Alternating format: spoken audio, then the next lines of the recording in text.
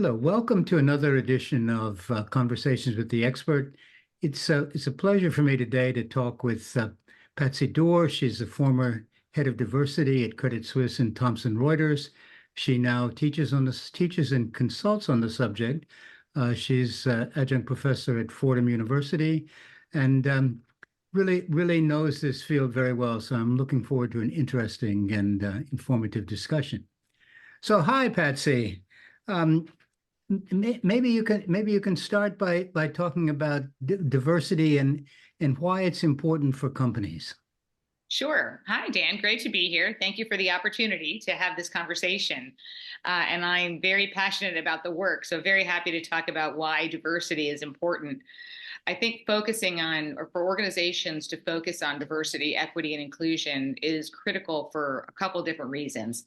Number one, if we think about the talent that we're trying to bring into organizations, talent, particularly the younger generations, are asking and expecting to be part of organizations that care about particularly inclusion and belonging.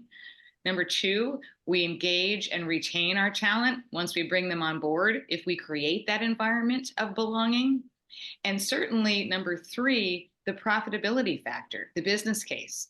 We know based on years of research that there is a positive correlation between effective DEI efforts and profitability and performance in any organization.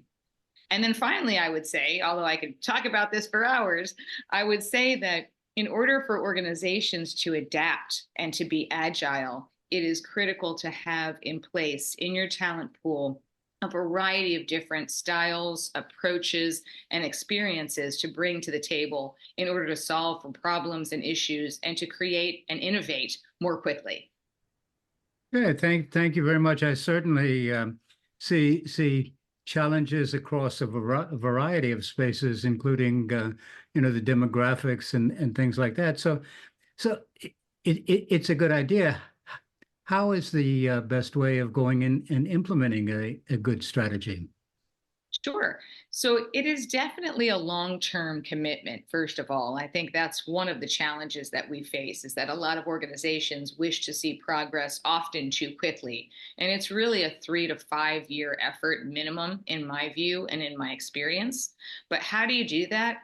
You do it through a couple different ways. First of all, it's important to embed diversity, equity, and inclusion into the business. How decisions are being made when people are being brought into the organization, when people are being considered for different roles when they're already in the organization, when they're being considered for development opportunities or promotions and things of that nature, to ensure that DEI is embedded in those discussions and those decisions.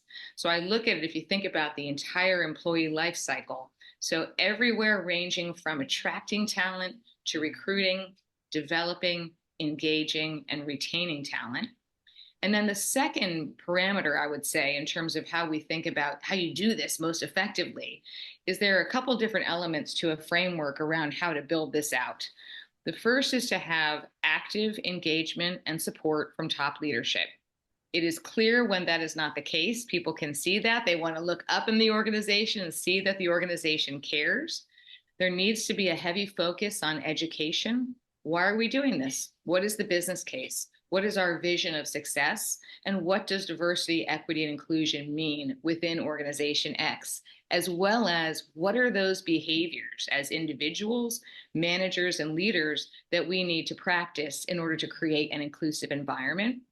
The other piece that's critical, Dan, is really ensuring that there's accountability in place in terms of holding particularly middle managers accountable for creating inclusive environments and driving diversity through the performance management process, oftentimes through forms of compensation as well.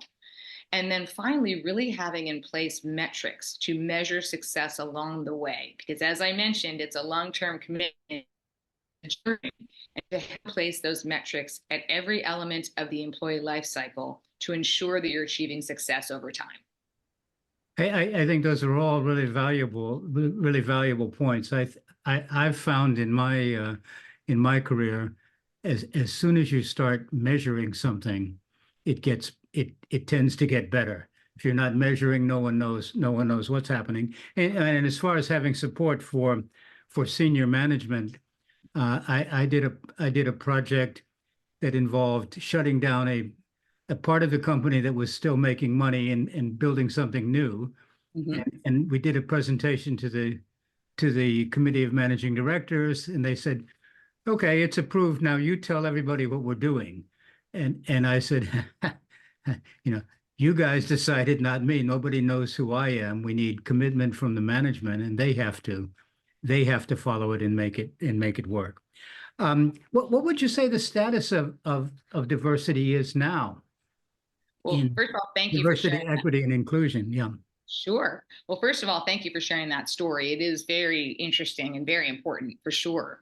And I think the state of diversity right now in our world today is actually quite complicated. I mean, diversity, equity, and inclusion has always been a very emotive topic because people generally have strong views on it, and it is very complicated by its very nature. But right now, in particular, given a variety of different factors, political factors in the United States in particular, but certainly globally as well, with all that's happening across the globe, societal factors in terms of pressures coming from different parts of our communities, either for stronger, faster progress or to actually stop progress around DEI. And then I would say, thirdly, the economic environment of which we've been operating in over the past couple years during COVID and post COVID has been very unpredictable in terms of the economy and the cycles that we're experiencing. So, workforce consistency is actually quite difficult. We're dealing with a tight labor market. We're dealing with very difficult complexities within the stock market, for example. So, all of these factors, political, societal, and economic, make it a very, very difficult place to operate in.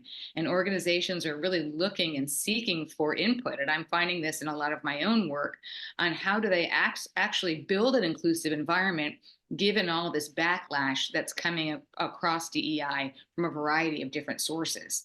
And even most recently, we've seen it within academic institutions with the Supreme Court rulings around affirmative action in universities and recent resignations of CEOs or heads of school at various universities, including Harvard. So again, it's really important to make sure that as individuals, leaders, and organizations, that we're very clear on what DEI means, how we're going to address it, and that we have a consistent narrative that allows for us to navigate these challenging waters, if you will. It's as the Chinese curse says, we live in interesting times with lots of opportunity. I think there's a lot of value in a diverse and wide-spanning group of people managing companies. I looked to the time I was in Houston when the oil prices collapsed after several years of only increasing oil prices. You know, and almost everybody in the company had not had experience in dealing with a shrinking market. You know, and I think it was useful to have people with different experiences in different situations. So Yeah. thank you very much. I look forward to another conversation and learning more.